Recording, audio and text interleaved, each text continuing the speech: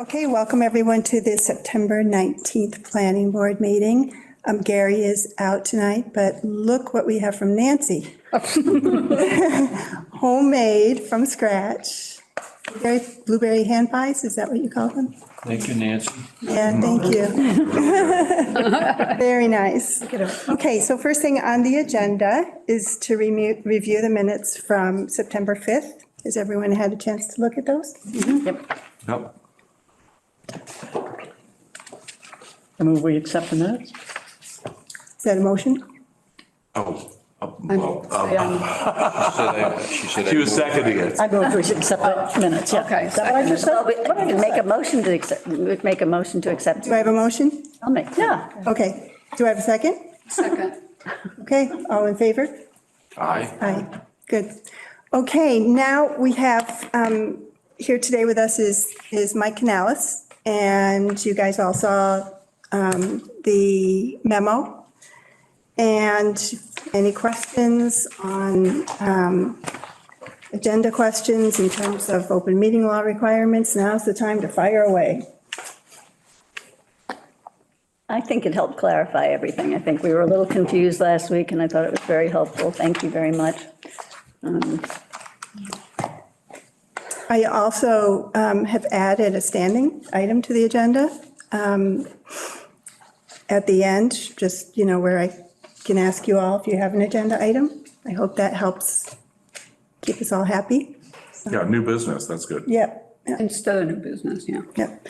So, Michael, do you want to come on up and talk a little bit about, you know, Yeah, so, provide an overview? I think it's a really good opportunity, you know, for people who watch these meetings to sort of, you know, it's a good opportunity for all of us to learn a little bit more from Michael's experience and expertise. yeah, so I just wanted, you know, I put out the memo just outlining how things are handled, because there are a few things that boards do have to handle outside of the meeting or in the meeting for future meetings. And mainly that's around your scheduling, your attendance, whether you're available for a meeting. Those can be definitely done outside. They can be done via email or whatever, just as long as you're not discussing a point. Agenda items. So in general, the chairman of the board sets the agenda, and their job is to administer the meeting. But that doesn't mean that the rest of the board doesn't interact with putting agenda items on. So you should be sending any requests to your chairman and saying, I would like this on the board. I would like the board to discuss this, so I'd like it on the next agenda. It's also, if the board as a whole ever feels like there's something they want to discuss, and this has happened with a couple other boards where people have wanted things on, but other members haven't wanted to discuss it, or however, the board itself is by a majority vote can place something on the agenda regardless of the chair or not. Not saying that the chair, because speaking about it, you're going to have a standing item to find out what goes on to future agendas. So the board itself can place any item on. You can have a continuing discussion on something, as long as what the Attorney General said is that you can't just say old business. They just don't want that generic. They want it specific enough so people understand what you're talking about. But you can have reoccurring items such as continued discussion and analyzation of accessory dwelling units. And you could have that as a continuing item under old business. So that somebody looking at the agenda, and the rule of thumb is that somebody looking at the agenda can look at the agenda and understand what the public body's talking about. So then they can make a determination of whether or not they want to come to the meeting and participate with the subject that you have before you. And that's the main thing. And the job of the chair is to make sure that the agenda is precise enough that the people from the outside can understand what the board is discussing. So you can have continual items, you can have single items. As I said in there, it doesn't even have to be for the next meeting. It can be for a particular meeting. So if you decide we want to begin review, you know, the one I mentioned to Kate was, you know, usually about February, the select board has an ongoing item discussion of upcoming budget. Because for a good 4 to 6 meetings, we will have a continual discussion of the budget. And it's something that happens late February through April into March as we begin putting together the next budget. So those are all tools that the board has to work together as a team to make sure that you can address whatever issues you want. So the first thing is from committee member, the chair will create what they feel like the board should be, but then members should be saying to the chair, and that can be done via email during a meeting, can we please place this following agenda on the next one? Now, the chair might, for various reasons, and I know sometimes if an agenda is overflow, they might push something back to one to try to balance, and those are typical things that the chair would do, but it should be that items go on. And, you should all be working together on this. So if there's any concerns on how agendas need to be worded or anything else, like I said, just keep in mind, it's just somebody looking at the agenda from the outside should understand what this board is discussing, so they can just make an informed decision on whether they want to participate. So, any questions from you guys on? So the agenda has to be done 2 days before publish, or publish 2 days before the meeting, 48 hours. 48 hours. So what timeline would we need if we would like to see something on the next agenda? Would we need to give it to Kate? So, I would typically say that you should try to give as much notice as you can, because there are extenuating circumstances such as this Friday. Tammy doesn't normally work, who covers for Terry, and Terry's at the clerk's attendance, so she sent out a notice to the chairs, letting them know that anything for publication next week, if you're doing Tuesday, you have to do it by Thursday of this week. So sometimes things like that are happening behind the scenes. The clerk doesn't generally send it out to everybody. The clerk generally sends it out to the chairs of the board. So the chairs of the board know that they can, what the timeline is. But what I would say to the chair, if it comes in a little late, then if the chair doesn't feel like they can get it on the next agenda, then it should just be a communication back and forth. Okay, well, you just sent it to me today. I've already published them. Is it all right? I'll put it on the next one. Okay. So we're only a step away. Or if you have a specific one in the future, like you wish to discuss it at the second meeting in October, you can send it to the chair and say, I would like the following item to be placed on the agenda for the second meeting in October. Oh, okay. Then you can do it that way. So it should be just a cooperative working together to do it whenever there's an agenda item that you wish to place. Okay. Once a subject has started to be discussed, ideas pop into your head from whoever's speaking. How broad can the scope be once the discussion starts? So that can be a tricky one. But if you're discussing ADUs, the subject should stay around the discussion and analyzation. As an example, if you were discussing accessory dwelling units, it should stay around that subject. If you start getting into discussing what changes you want to make to the LPOD, then you've sort of veered off from the ADU. Now, it could be that part of the ADU touches the LPOD, so that's fine too, as long as you can go back to the initial premise that the focus is on what that agenda item is. So, if there's a couple bylaws that you want to focus on, and, this is where, if you feel like it's just getting too, we should be discussing, we've looked at the ADU and maybe we think that we should also look at this other bylaw, then it is, okay, maybe we're discussing two subjects. Let's place on the next one, both of them to discuss. So sometimes you have to use your better judgment, because if it falls under your jurisdiction, you really should separate it. And as I said, this board would probably never end up in a situation where it's an emergency or something else where you have to debate something outside. So you should be able to push it off for one meeting and go from there. But really it's together, we're once again working together on that. And if you feel like it's getting a little off subject, like I said, go back to that basic thought of whatever you put on the agenda should inform the public of what they're discussing, so they know they want to participate.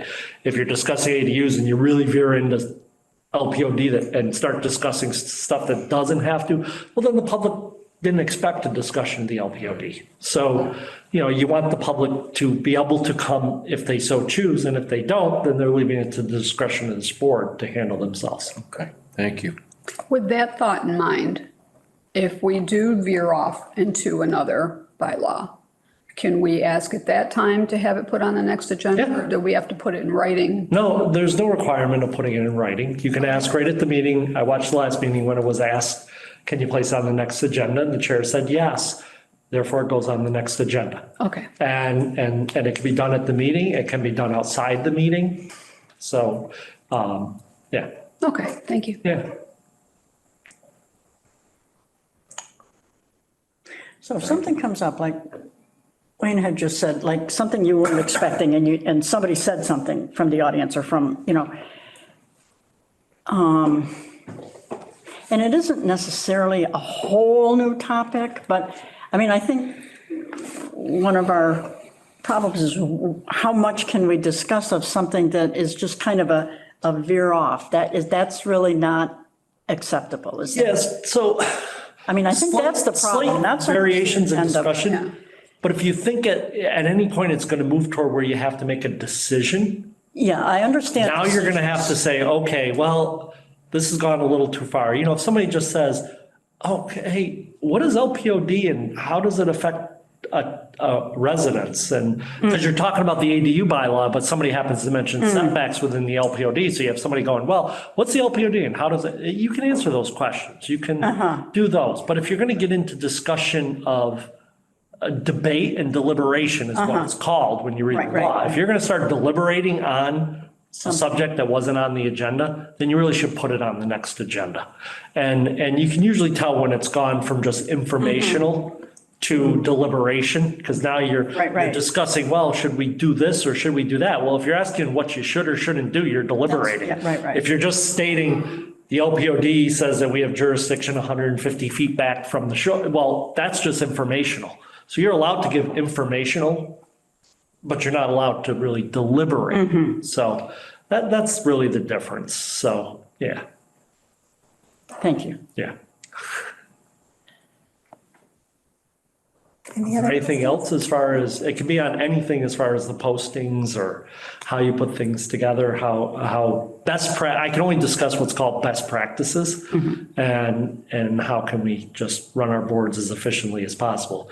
And there's constant little reminders to boards that, hey, you guys are veering a little off. Get back on subject and watch going off subject, because we do have a couple boards that do at times veer and like to discuss things. You said, because the traditional format was old business, new business, or maybe vice versa, but it was nice to be able to just bring up something, but now no more. No, and specifically, places abuse that. And then the Attorney General came down and it was on one of the municipal reform acts to say that, no, that old and new business is not enough to tell the general public. And that's where they went to the rule of, you can say old business, and then under old business, define out that we're going to continue discussion and analyzation of accessory dwelling units. Therefore, you couldn't just use old business as a catch-all. And that's what was happening. Boards were discussing stuff and the public would go, I never saw that on an agenda. Well, it wasn't, because it was under old business and it was being used. You'd see new business on a lot of agendas and it'd lay out like what the new business is, but then you'd see just old business. And that's where they came and said, no, you can't do that. And I'm thinking that was around 2013, something. It was a while ago that they put that in and they said, no, it has to be able to define enough that a layperson looking at the agenda understands what the board is discussing. You have a line item that's questions and concerns. Yes, you could have public questions and concerns or board questions and concerns. But once you bring up something, you say, one of my concerns is the LPOD. Well, you shouldn't go into deliberation at that meeting, because Yes. then what it would do is it would then create something where you go, okay, we've started, I have a question or concern about the LPOD. Okay, let's put it on the agenda for the next meeting. So I think you could do question or concerns, or I think the chair has already addressed that by putting an item on your agenda that asks for any new business to be on the agenda for future meetings. So you've sort of addressed that. So you could just say during your public or concerns, or instead of that, just saying at the end of the meeting, I would really like to discuss LPOD at the next meeting. Oh, okay. And the chair said that she would entertain at the end of each meeting what you would like to see on future agendas. So I think that it accomplishes the same goal of what question and answer would be, so. Okay. You can, call me, email me, I'm very accessible. Yeah, so I like, my approach is that, depending on what the topic is, I like to give other board members, a chance to reflect and think about things before they come to the meeting. So I've tried to, I know Jennifer knows, and it's probably a pain in the neck for her, but I've tried to get the agenda out a little bit earlier with that in mind. So people, say we have a special permit, people have all the material, they have everything they need, and if they want, they can get to work on it before the weekend in case they have plans for the weekend or something, so that's always, that's my approach there. But, yeah, I'm not somebody who's looking to block items on the agenda. Yeah.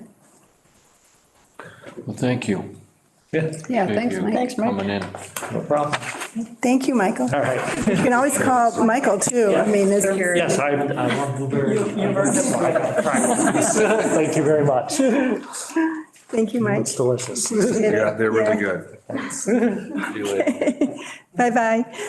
All right, so with that, our next item on the agenda is discussion of the zoning bylaws in Nancy. This was your request, so I'm going to let you lead off and tell us what's on your mind, what you're thinking about. Well, I was going through cleaning out my notebook, actually, the other day, after we had this discussion about what could be talking about bylaws. And I think that we need to go back and look at the ADUs again. I know Mike just brought it up, but I know Berkshire Regional Planning had done some work for us with Kara, and I have all my scribbles and notes on everything, but I don't know that we ever came to a conclusion, or was I not here when we did it? No, we sort of got us to a certain point, and then we had town meeting coming up, and I think, correct me if I'm wrong, someone, please, I think we got to the point where we decided, okay, we'll get back to this. Does that sound right? We gave it back to the selectmen and said, you gotta kind of reword this, because this doesn't really work, if I remember correctly. Isn't that what we did? We gave it back to the selectmen, because the selectmen came to us with, or Patrick came to us with something. And we kicked it around, and then we said, this isn't complete enough for us to decide if we like it or not. So we kicked it back to the selectmen, I think. Does anybody else remember That's the that? last thing I have from Seem to the end of recall March. that. Yeah. March So it 23rd. kind of went out of our hands at that point a little bit, but we didn't make any decision on it except to give it back and say, make it more clear. Is that something that, I would be happy to go back to the ADU. I think it's something that does need work. I'm wondering where the Affordable Housing Trust Committee is at. Right, well, right now, we're going to meet on Thursday. We're going to be reviewing the survey that we put out. And that's where that's why I'm not going to suggest anything today, because there's going to be things coming out of that. ADUs, we're talking about, well, we're not going to give it any real thought now, but ADUs are high on the list, as well as, affordable housing, but we're not sure what the need is. So we're trying to find out from the town, and from our survey, and from our board. And we're going to melt it down to 6 things, I believe, by Thursday. Okay. And then we can go from there. Is that when, do you have a meeting Thursday? Open meeting or your meeting? Open meeting. A meeting for They're the all town. open. Oh, no, they're our meeting. Oh, okay, your meeting. No, we don't have enough to give. No, I didn't know if that's. I'll let you When you know. said that, I'm like, I haven't. No, I don't even know when that is either. It's Oh, okay. probably going to be. That's in fine. Late October. That's fine. Yes. Maybe late September, if we can really pull it off. That's all I came up with for tonight. Any other thoughts? Looking at me? Yeah, we're looking at you. Well, Your turn. I went to the Concom. And I'm so glad to see Sally here because she had and said, this is what we're going to do, that we're looking at bylaws. We'd like to tweak anything that needs to be updated. We need anything that we need to think about. And she had some comments. So I'm glad she's here because I didn't want to say, take the words out of your mouth. You want to come on up, Sally? I don't want to hear all my comments. Oh, my goodness, forget it. Let me tell you about it. No, I'm so glad you're here because I couldn't Hi, Sally. wait. I went through This is Sally Underwood Miller. with a fine tooth comb. And there are a couple, I mean, generally speaking, we have some really awesome bylaws. So you guys have done a great job. But there are a few that I think could use some tweaking. The setbacks, particularly within the LPOD, which is obviously something that we look at. The Rivers Act, for instance, has the buffer zone of 200 feet. You have 100. So that's a conflict. Also, the town, So the Conservation Commission has a 200-foot setback? the state has a 200-foot step. So under the Rivers Act, 200 feet. the jurisdictional area is 200 feet. Now, we have a Conservation Commission bylaw and the general bylaws. Is the setback is 200 there? It's 200 for us, I thought you had gone further than, okay, 200 for us. okay, Yeah, okay. so it's 100 around the lake, or 200 around the lake, depending on whether it's the Wetlands Protection Act or whether it's the town bylaw. They are different. It's 200 for the town bylaw, it's 100 for the state. That's confusing. Well, everywhere in the zoning bylaws, as far as I can figure, is the most restrictive one wins. Prevails. Yeah. Yeah. So. Is this any wetland or like?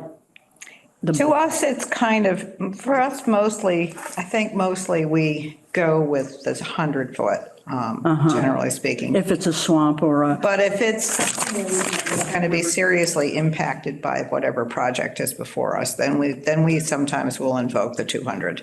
So Sally, the LPOD is actually 150. Right, Yeah, okay. I right. thought I heard you say 100 and I was like confused. We say the town, the state bylaw, the Wetlands Protection Act is 100. Okay, So that's the state law. The town is 200.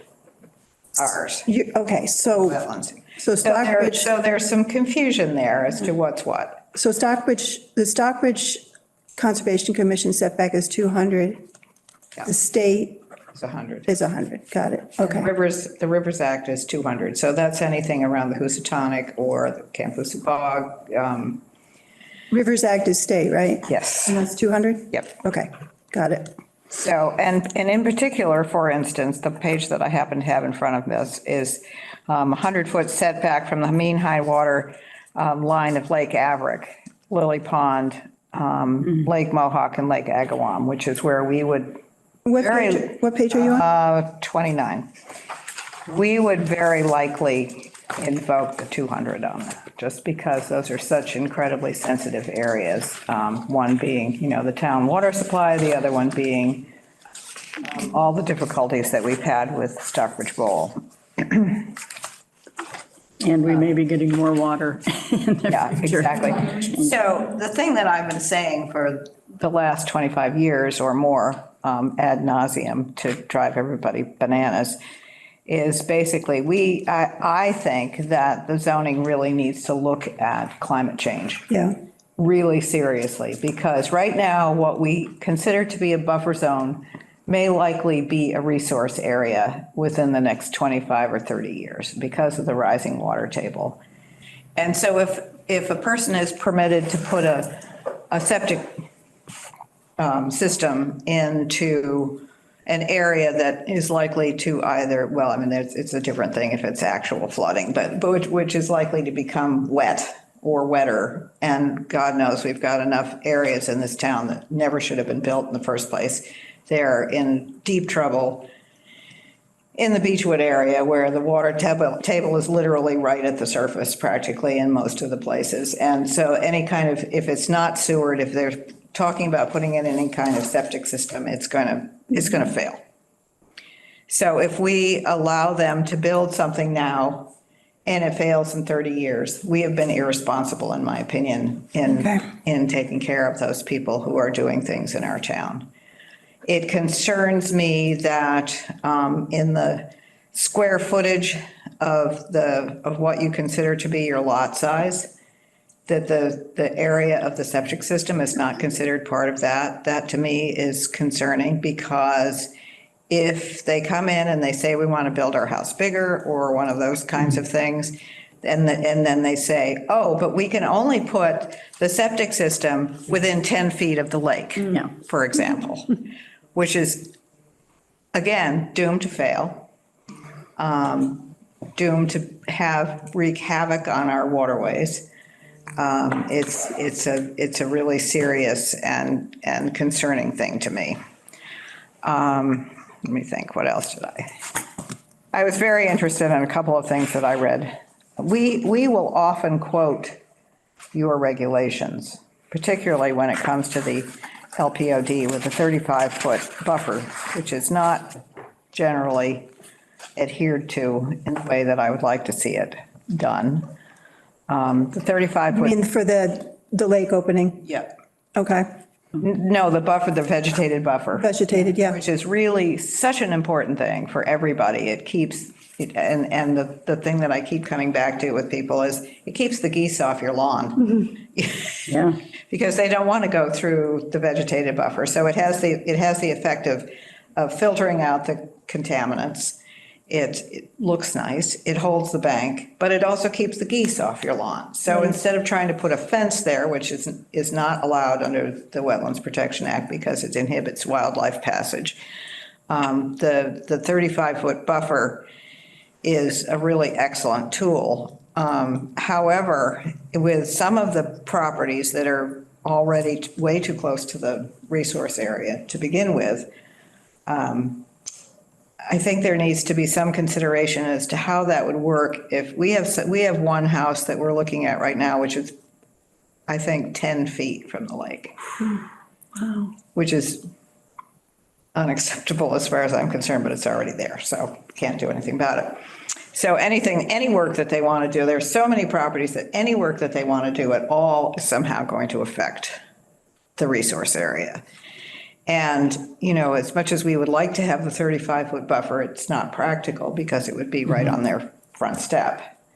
So we were talking about it, and we're considering maybe there needs to be, Question? you have the 35-foot for the opening for the So I thought the buffer, percentage. just if I may ask a question, so the buffer, I thought that was the opening No. along the shoreline. You have two. You have Okay. a 35-foot where they're allowed access to the Right. water, and you have a 35-foot vegetated buffer that they are not supposed to, there's not supposed to be any mowing right down to the lake. Right, The river, okay. or whatever the resource area is. That's, I mean, there are two prongs to that 35-foot. Okay, yeah, And the 35-foot opening that goes from that allows access to the lake is 35 feet, or I forget now whether it's 10 or 20%, whatever, of the frontage that you have,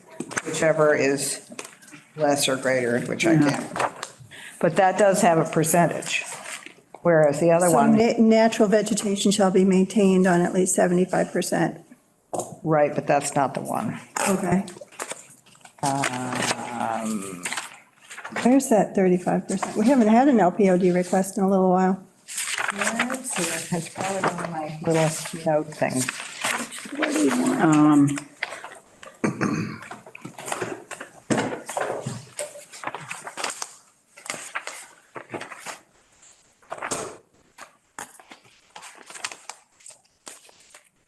So, I won't digress at this point.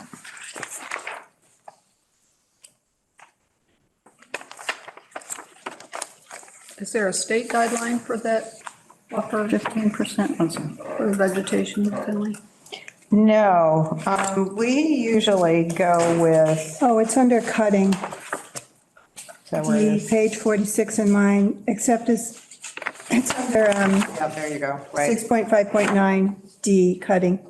No vegetation shall be removed within 35 feet extending inland from any point along the high water mark. Right. This shall be maintained as an undisturbed natural buffer strip, which, as far as conservation is concerned, is really, really important. And then it said, then the next part is, for the purpose of water access, contiguous clear-cut opening in the buffer strip not to exceed 35 feet in width or 20% of the lot's frontage along the water, whichever is less shall be permitted. So your observation, Sally, is that this is, because usually when they present to us, they say they are doing that, but your observation is it's not happening? Okay. And also that the opening shall be 30 degrees from perpendicular. So it's not a straight shot coming down from the house to the river. Because that way or the lake, because that way you're preventing runoff theoretically. And a lot of the steep slope things, to me, were really interesting. I mean, like I said, I went through this pretty carefully the other day. And another thing, just above that, pollutant loading shall be less than the following. I'm curious as why nitrogen is not included in that. What, Right above that on page page 46. 46, Last one, nitrogen, yeah, okay. bacteria and metals. Yeah.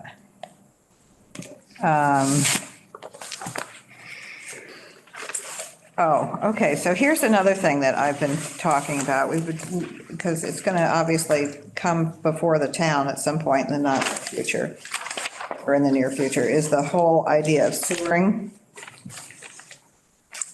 And we're bylaw, again, on that same page 46, up above there, it says upon completion of activities for which a special permit under section 6.5 has been granted, annual groundwater recharge rates shall match pre-development natural conditions to preserve groundwater supplies and to protect base flows, down gradient streams, lakes, and wetlands. Yep. So when you sewer, you're taking water from one place and you're taking it to another place, and you no longer have groundwater recharge. So all of your drinking water is going from Prospect Hill to Route 102. Plus, you're not getting that cold water Right, exactly. from groundwater recharge coming Yes. into the lake. You're Yeah. getting all the runoff, which is warm, Yes. and you're not getting that. Yeah. It's a So concern. that's something that it's in the bylaw and something that I think is going to have to really be considered when people are talking about, sewers, putting in So sewers. septic systems are Septic beneficial in that way. systems can be very beneficial. I mean, obviously, there are times when it's just plain not going to work because there's not enough room. And if you can have access to sewer, it's a good thing. Like they can't have septic systems in Beechwood. Right. I mean, they just really can't. Because it's the. There's just too many. It's too low. Well, there's too many, there's too low, it's too wet, the water's going to come up into the septic system is not going to do what it's intended to do. So there are places where sewering for areas where it's already built, you know, you're dealing with structures that are already there. You know, then the option really is sewering, because you can't, it's obviously not good to have septic effluent stuff going into the lake or the rivers. But the septic is considered cold water as a recharge? There is no recharge There's with no a recharge, it just municipal goes right into septic. the No, I ground. understand that, the septic system. So is one- considered cold water recharge? With a single-family septic, you mean? Well, any kind of septic system that's not going to be sewered is that considered cold water recharge? I think so. Pretty Yeah. much, because the water, you know, the water sits in the septic tank and it leaches out through the leach field into the ground. And so the water that's coming out of your house is going back into the ground where if you have a well, it came out of. Right. So, that is something, it's something that definitely I think is important to consider is when people talk about sewering the entire town, you're going to mess with the water tables and the water levels all over town.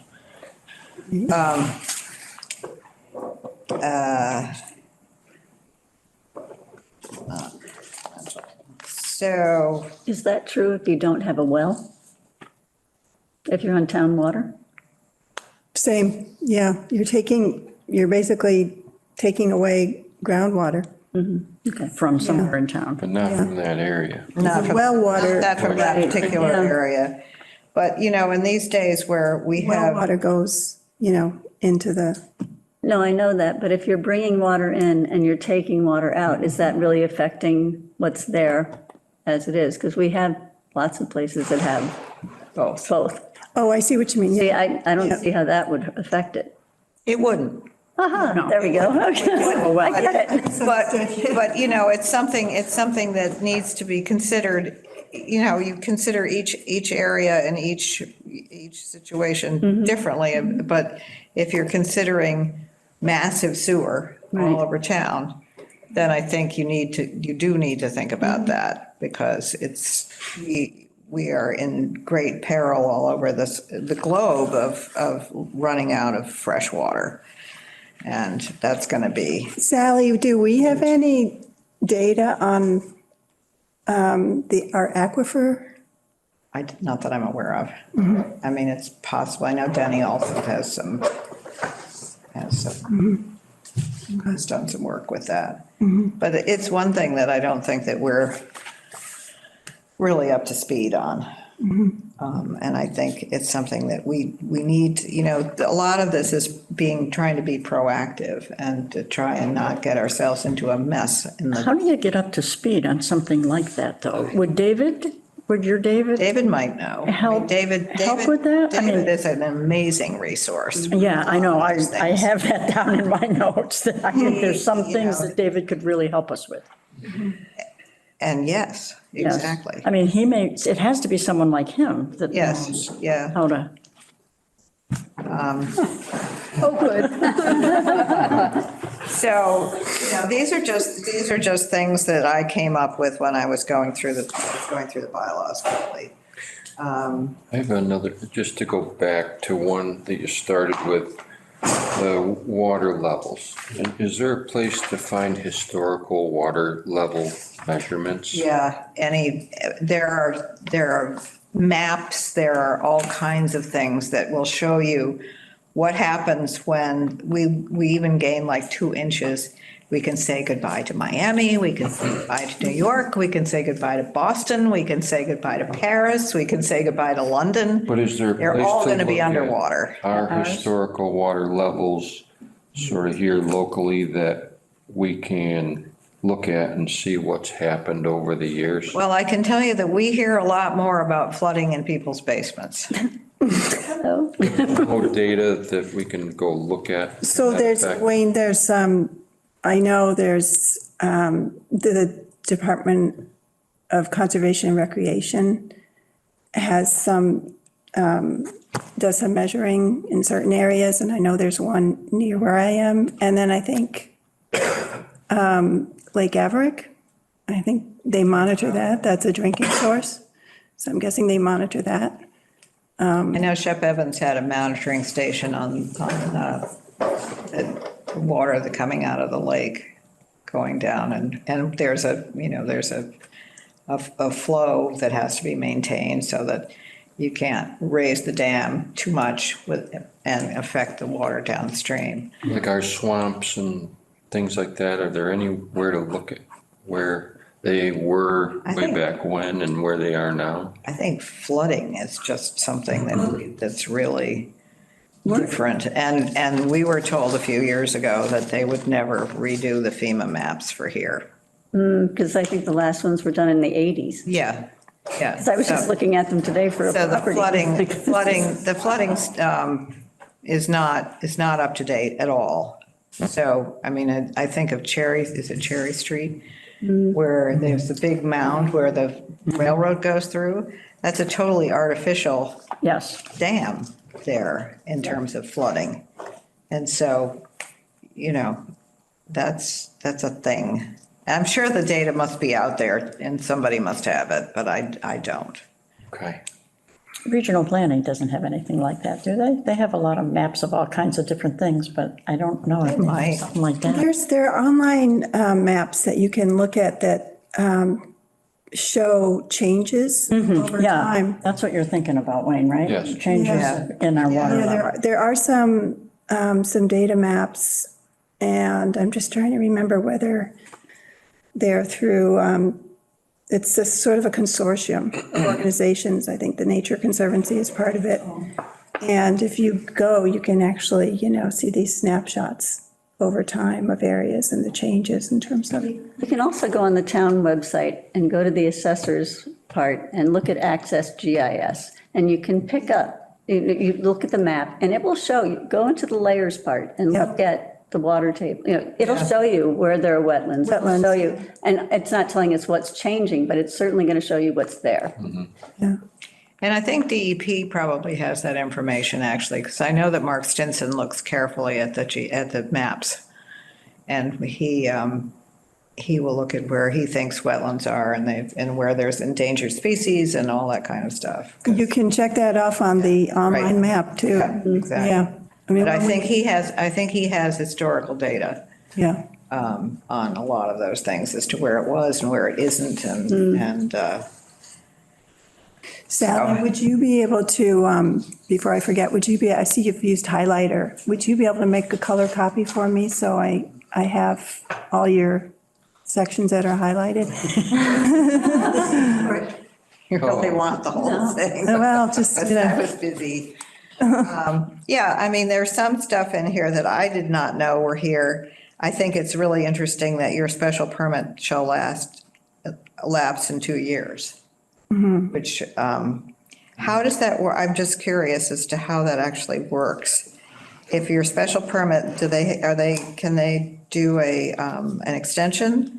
Or do they just have to come back and get another one? They can do it. I mean, if they haven't started the work, is that what you're, Well, I don't know. 2 years, that's what you're talking about, right? Yeah, it says, They can. a special permit shall lapse 2 years from the date of decision if a substantial use or construction has not begun by the permit date. We have a 3-year in conservation, it's 3 years. And there were a couple other things that I kind of wondered, and I don't know that I'm going to take up your time with it, but there were a bunch of questions that I had in terms of, because like I said, I think a lot of these are just really great. But on page 40,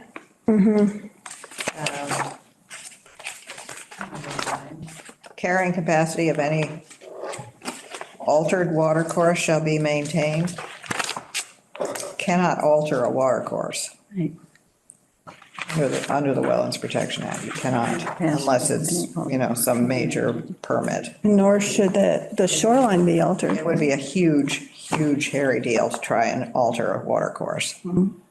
That would be like a dam or trying to I don't know But we can't about do that. I mean- dams, because they're taking dams out all over the place up in the Adirondacks. But they must have to have permits for that. Oh, yeah. So I mean, that's Yeah, fine. but the general feeling is that it's a good thing to take out the dams because the dams Mm-hmm. are artificially. But that's what it means, but I guess number 8 talks about it.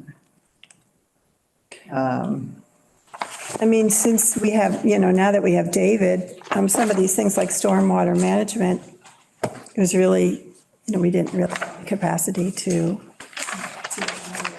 He's Yeah. godsend. yeah, he's incredible. He really is awesome. And he has so much experience and so much knowledge. He's really amazing. Anyway, I had some other questions later on about zoning in terms of the AC, is it AC, it's not ACU, is it ACU? ADUs. But that's with my other hat on, which is my CPC hat. So anyway.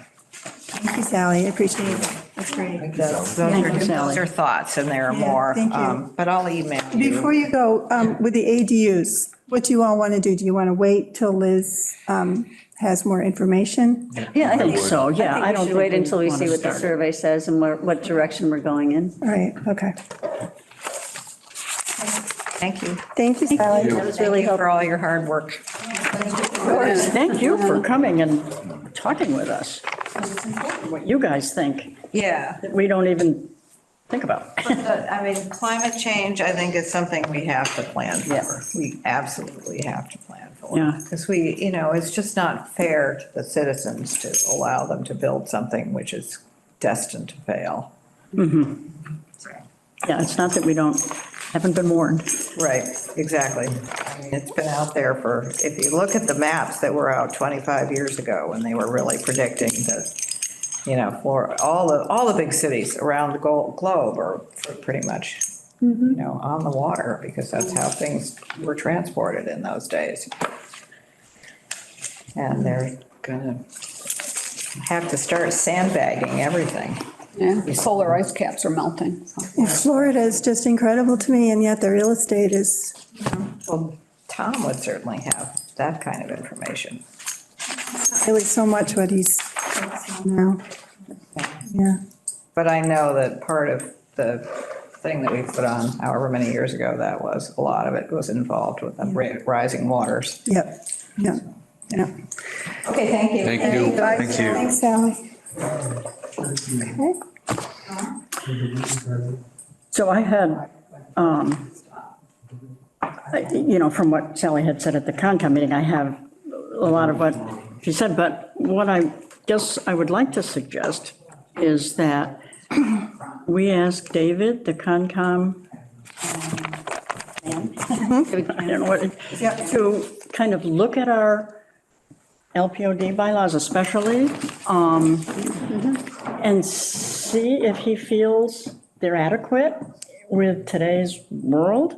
And ask him, I think we have access to him if we pay his hours or something, but I don't think we have the expertise to know this stuff. We definitely have access to him, and I will. Yeah, Yep. I think, David, if he looked at our LPOD bylaws especially, and look at them and tell us what he thinks we could do, or we should do, or what we should talk about, or. Definitely. No, I think he's our best resource for knowing this stuff. I think, I agree, so I will definitely ask him about that. Yeah, I think, Cameron, Cameron. I hear him talking on the Concom meetings, and he's excellent. He seems like he has so much knowledge. He just seems, Yeah. know? He's a wetland scientist, so he's. yeah, he just seems like, and he's just very nice. Not that really matters, I guess. No, but he It seems like he knows a lot. Well, he makes it so you understand what he's talking about. He does. He does it in a nice way. Yep. Everybody counts. Yeah, definitely, I'll ask him about that. So other than, am I still on? I'm sorry. No, somebody else can. You can be on. So other than the things that Sally brought in, I guess my comments are more questions about whether we want to look at things.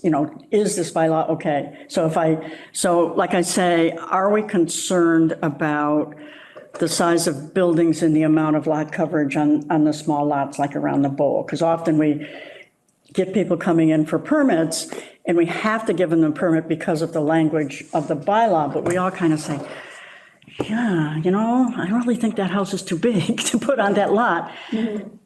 But in order to let us disallow that, we have to change the wording in the bylaw. If we think 15% or whatever our percentage is. So this is a question to us. Do we feel we need to look at that? So that's one of my questions that I'd like to. Well, it's such a trend. The number of bowl cottages that Historic Preservation has approved for tear downs to be replaced by, substantially more substantial buildings is, it's got to be 100 or more. And there's still a lot of the small old-fashioned cottages there that someday somebody's gonna, buy and want to make Yeah. big. So I No, think we need to decide if we think our bylaw is. It's a thing. It's Yeah. a definite thing. I mean, I think we need to decide if we think our bylaw's okay or not.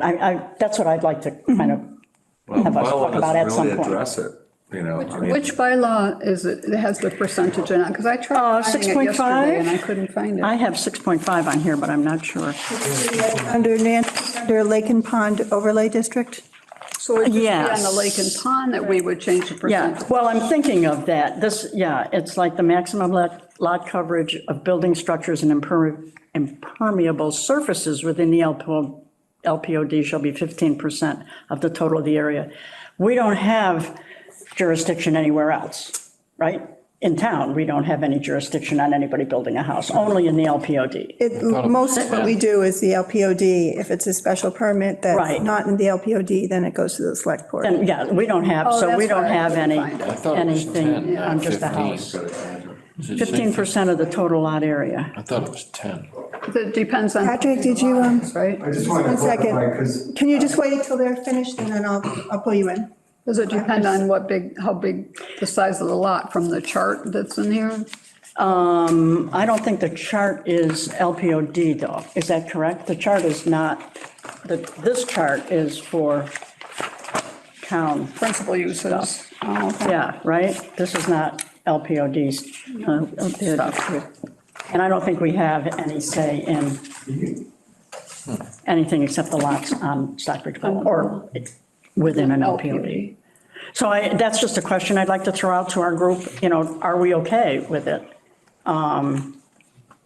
Just because in the past, there are times we hate to, we hate to approve it, but that's what the bylaw says. So it sounds like the LPOD, and I think, as you all know, it's something that's Yeah. definitely been on my mind. So that sounds like that's something we want to talk about. As people rebuild houses, we have to think about what Sally was talking about in terms of water and that kind of thing, and septic and well and stuff, and setbacks and everything.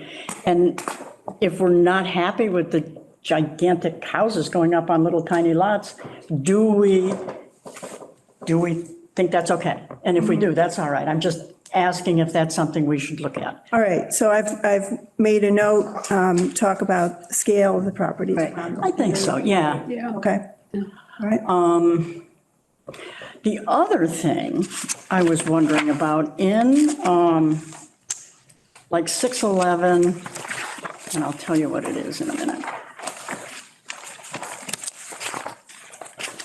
Performance standards is what I'm thinking of, but in terms of things like nonprofit art museums, education and religion uses, and my question is,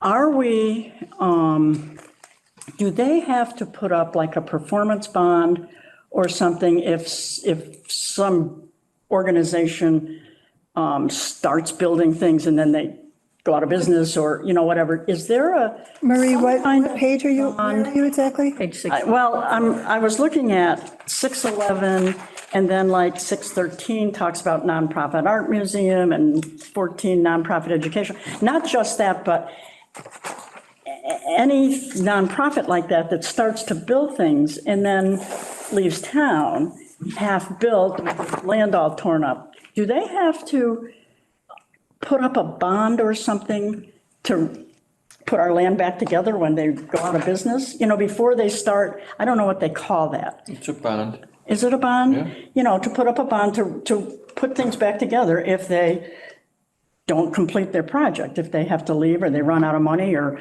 whatever, and it's half done. Is that something that we should be looking at in performance bonds?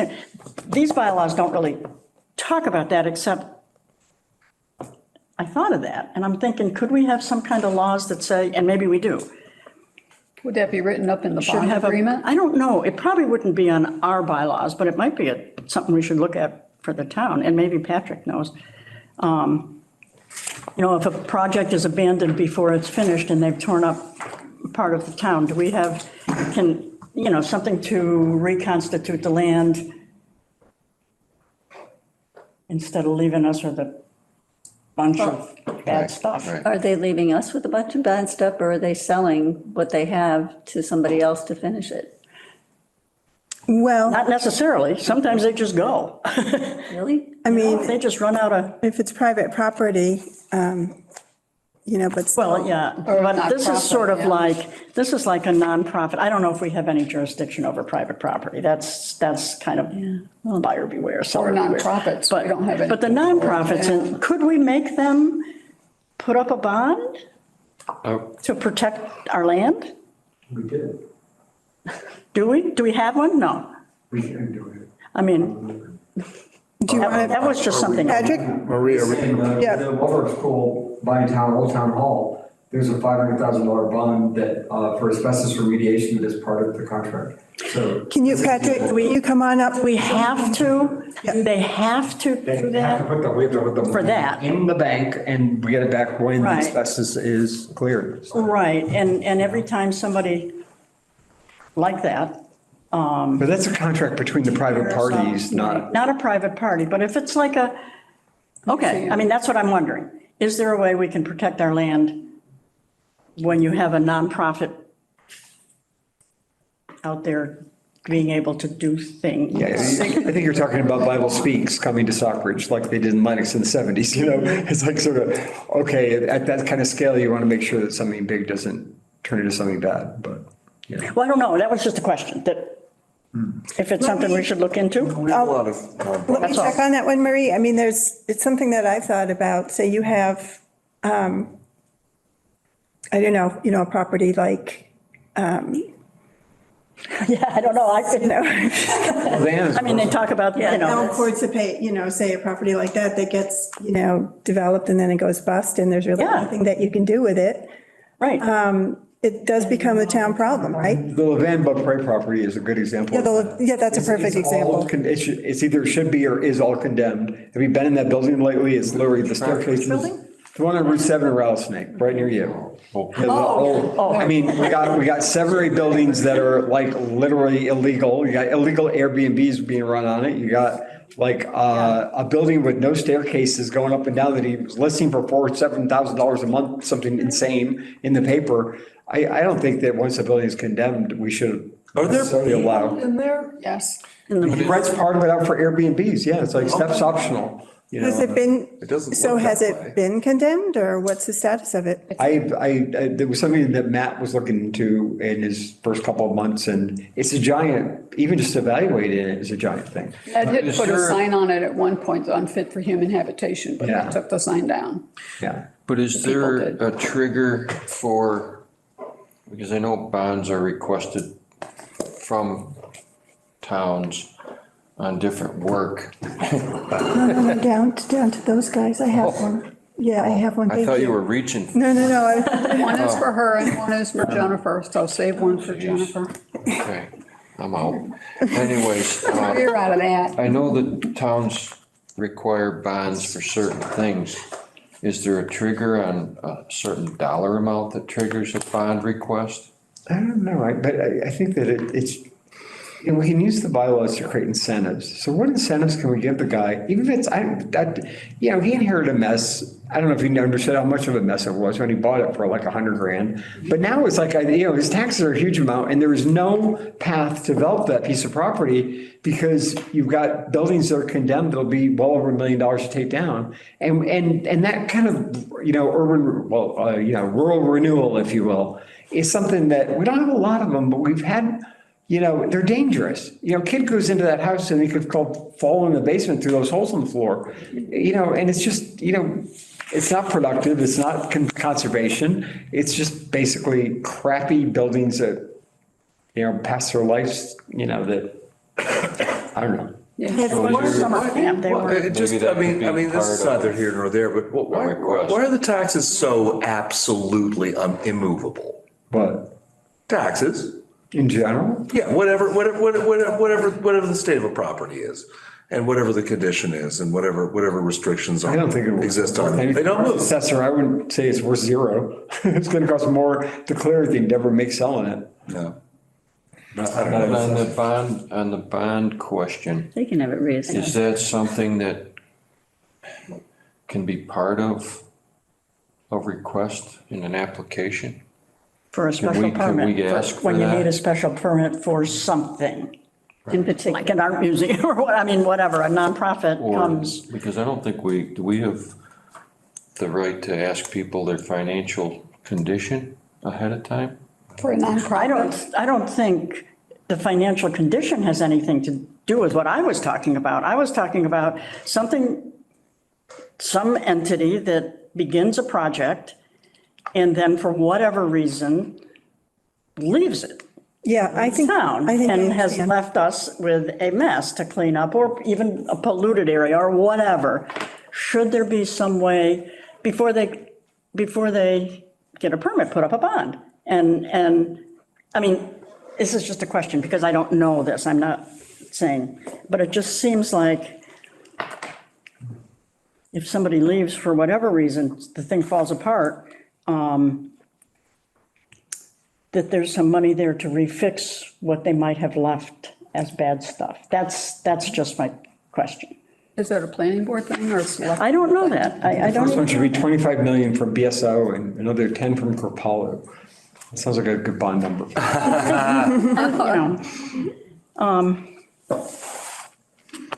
So anyway, Yeah, I mean, but are you proposing like this? I'm not proposing anything. I'm bylaw? asking if this is something we should be looking at. Well, sure. Proposing anything. I'm just saying, do we have it and should we? I mean, we do, I think, in our subdivision bylaw. I'll take a look at it later, but I think there is something. In that? Yeah, I think so, yeah. Good. That's something we can discuss at another meeting? Yeah, right. I mean, that, Put it on the I'm just listing things that Another we agenda. might want to look at, or not. Or not. Sometimes you get permits. Sometimes the permit is the thing that's the value. So people go through the process of having a commercial project permitted, and they don't have the money, but what they have is the land and the consultants who help them design it or whatever, and then they flip it and sell it to somebody to actually do the building. So It doesn't matter, as long as, I'm just saying, for the things that fall through when they're halfway through it for whatever reason, somebody dies, I mean, who knows? But we're left with something that is Eyesore. not, it's not like it, they've done whatever. Dug cellar holes, cut down trees, whatever, and left cement or, I can't even think of it, but you know what I'm saying. Do we have to save this for another discussion? Yeah. Yeah, I mean, these are all just a list of I things. kept it really wide open today. I know, but this just went into discussion, so we can't. I thought this was just making a list of things. Any particular examples that you have in mind when you're talking? No, No, that would I be- thought that would be this a was, We're still discussing at that point. We can't. I we thought can't today was Oh, us having looked at bylaws and bringing up ideas that we might want to look at later. There you And go. my question was just a question. Should we look at this? I'm not advocating for anything, and I don't have anything in mind. Let's put it It's on- just a list of Yeah. things Yep. to look at when we, Got a hard agenda to put together. I think, that's what we were asked to do. She already put it on the list, so we're. Okay. 30 seconds to rebut the groundwater issue. Because I think that was, you spent a lot of time on it just now, and I don't think it's true. We're not before we discussing. get back to that, I just want to, there's something, Marie, and I'll take a look at it later in the sign. Yeah, I mean, we can just look into it. That was There's just something in the sign bylaw, I think, that addresses that idea that you brought up. I thought there was something in there, but I'll take a look at it. I mean, that was just, Yeah. like I said, it's just something to put on the list. If we decide we should talk about it, that's all. Yeah, that's And there's just okay. one other thing I have, and then I'll let Wayne tell us all about I his. heard that in the last one. Those are good. This is just a real quick, and They are good. this is also a question. Okay? 615. This is a satellite dish bylaw. The question is, it says we have all these bylaws about satellite dishes over 24 inches in diameter. My question is, do we still make satellite dishes that are bigger than 24 inches in diameter? I see all these little tiny ones. Is this bylaw unnecessary, is my question. Because I don't think we make big satellite I dishes. mean, that was the kind of stuff that we were talking about back when we were doing the bylaw review. There were things that, seemed irrelevant and definitions that needed updating and I mean, ironically, we were debating whether the drive-in movie theater Yeah, that's what I'm talking about. Is it irrelevant? language was relevant, and then COVID hit, and suddenly drive-in seemed like a great idea, but I mean, I don't know, I'm kind of all in favor of a well, I drive-in. don't think we can, I don't think we can. But what I'm saying is, I mean, I think your point's well taken. I mean, there is some stuff that's just housekeeping here that Right. really. So that's a good one for review for the. So that's Yeah, to put on the or an list. agenda called housekeeping. No, get rid of. I'm making get rid of notes. Some of the old stuff. Making notes. I'm done. Anyone Yay. else? Wayne? Patrick, you wanted to rebut. No, I just, well, two things. One, I had a clarification question for you. Oh, clarification. We Yeah, I can do that. mean, you can, if you want to look at, the 6.1.2 on special permits for pre-existing non-conforming lots has a 10% maximum footprint and 20% of mass.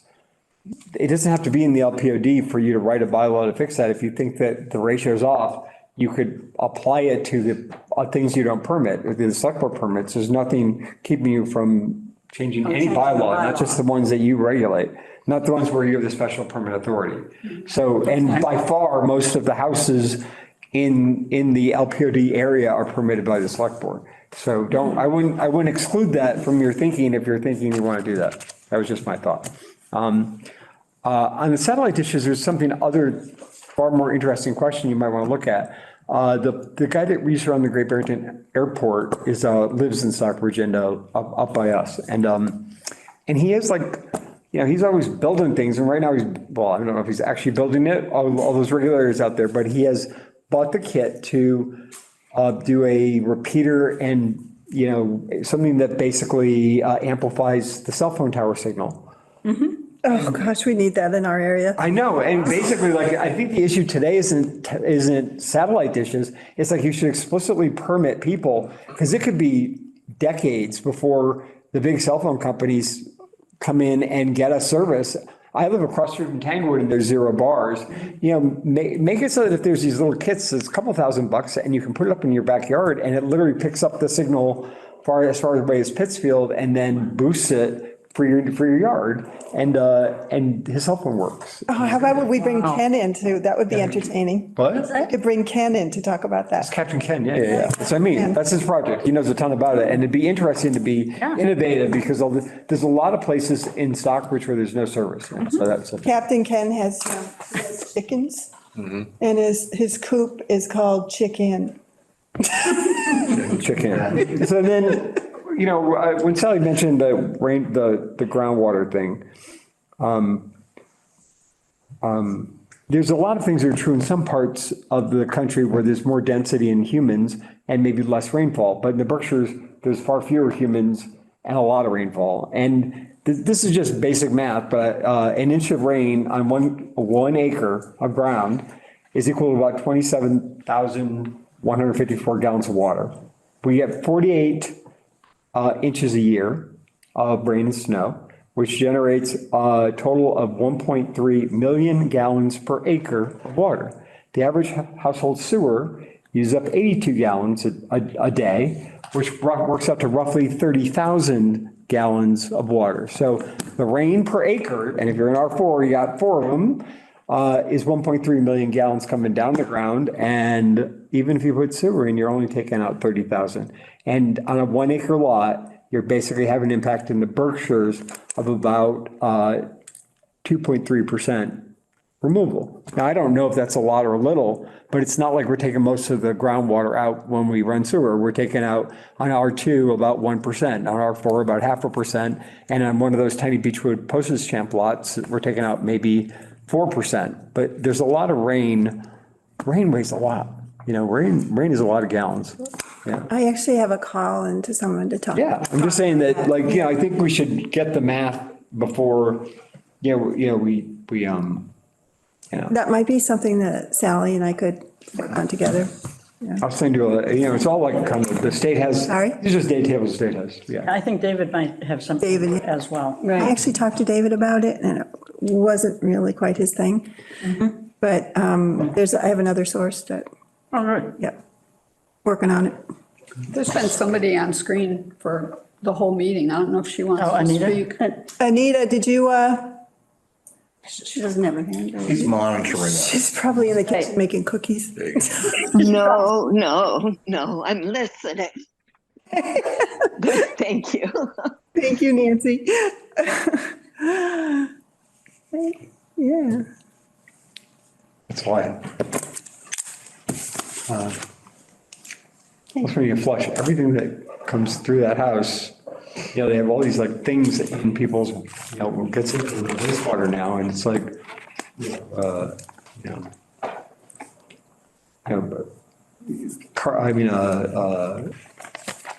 organic material breaks down in a septic system, but the elements that are in it, the phosphorus, the complex, cleaners, or medicines, those just end up right, In the water. flowing right into the groundwater table. And I think that's really kind of, I think we should More to the ground. get more information on it. Yeah. Yeah. I'm told that the current generation of septics are pretty sophisticated in terms of, but that's something I can find out about easily. they have removable filters because, are they filtering out the stuff? I'm going to ask. Yeah. I'll ask about that. Yeah. Tri-Town, when they give permits to put in septic systems, they check all this stuff, right? To see that it's work. I mean, what are, Like, I am so separate from what that whole part of it, but I'm going to ask. Yeah. when they say it's okay to put in a septic, when they come to us, when White is putting in a Yep. thing and they say, have you got a permit from Tri-Town Septic? And they say, yeah, then it's okay, right? There's nothing else we Can do. are charged with doing. I That's mean, the once health. Tri-Town has approved it, it's fine, Right, correct? the health. They have, so Tri-Town has staff who are Right. on site for the installation, and they're basically, Right, so when they've given a permit, They're it's there, fine. they're there for the perk test. They're there to see that the water, installation. they have enough water, that it doesn't get too high, the ground's not going into the groundwater. That's what they're looking at. yes. Or be It is and too what- close to the lake. I think they're there for the installation too. The problem is, the big problem right now is failing septic systems in town. Right. You've got a whole bunch on Everett Road, you got a whole bunch on Narrow Laken Road, and I'm looking at what happened to Betsy, what's her name, McKiernan. Oh, God. Betsy McKiernan had a septic field, and it failed, and she found out when she was trying to move to Campbell Farm, and thank God she didn't need the money from her house to be able to move to Campbell Farm, because she needed to move to Campbell Farm, and they had to spend, $150,000 bringing the sewer up from Beechwood up to their house. It's insane that they had to do that, and there are so many problems with climate. If you want to think about things through climate, make sure there's a backup field. They really need today 2 fields so that if one fails, the house isn't orphaned. Because, there's some parts of town that are never going to get sewer. And if you have only a tiny patch of land and only one little place that you could put the sewer in, another to put the septic in, another to put the well in. If you don't have a backup plan, your $1 million house may literally never be able to be sold.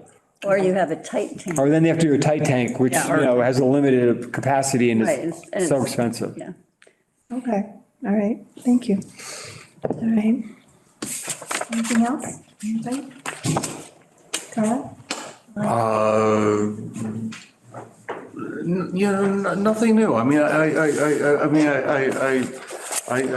second the concern with, reiterate the concern that I think we could really, do a little bit of, sort of housekeeping on stuff that is possibly a little bit small bore and detailed, but, I mean, I think by and large, my feeling is, our bylaws are working and we are, the town that we are because they've been in place for a while and for 40 years and that, we're serving the broader community by keeping Stockbridge,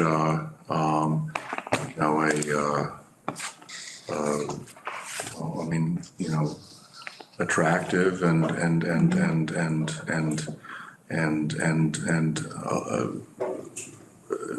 it's important. Thank you. That's great. Okay, so I've got quite a list here. I might be in touch with some of you just No, to make let's list sure. it. That's what we're doing. So for the next agenda, I think I have my marching orders and, but, now is the time if you want to bring up something else. That's the last agenda item is items for the next agenda. So last call. Prepared to be here for 6 hours. Is there any more pastry? No. Unless you're bringing it, Carl. I'll think about it. But you have to bake it yourself. I He's a good baker. can. Well, there you Yeah, go. ooh, lemon squares, Laurel Hill, wow, those are good. Cheese crisp and lemon squares, wow, Laurel Hill, ooh. All right, so do I have a motion to adjourn? I'll make a motion to adjourn. Do I have a second? I'll say. All in favor? Aye. Aye. Okay, thank you, everyone, great meeting.